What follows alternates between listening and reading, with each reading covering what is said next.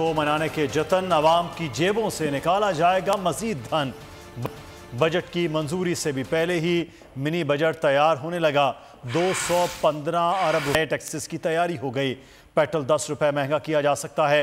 माहाना 2 लाख से ज्यादा कमाने वालों को 5,000 रुपए इजाफी टैक्स देना होगा। किसान भी नरगे में आएंगे। खाद पर 5% ड्यूटी की तजवीज़ है।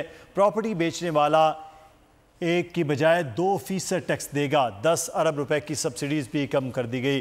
ग्रांट्स में भी 59 अरब रुपए कम करने की तजवीज़ दी गई। तू की जाने यार अमीरा, रोटी बंदा खा जाती है।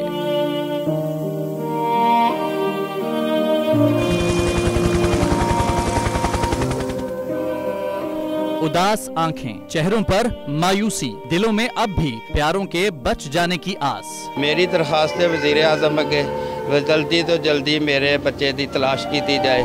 गम की इस घड़ी में बोल रहा अपनों के साथ। और यूनान में महाजरीन के जहाज को हादसे के बाद अब रेस्क्यू ऑपरेशन खत्म हो चुका है। सहाफती फराइज को निभाते हुए पहुंचाई हर खबर अवाम तक।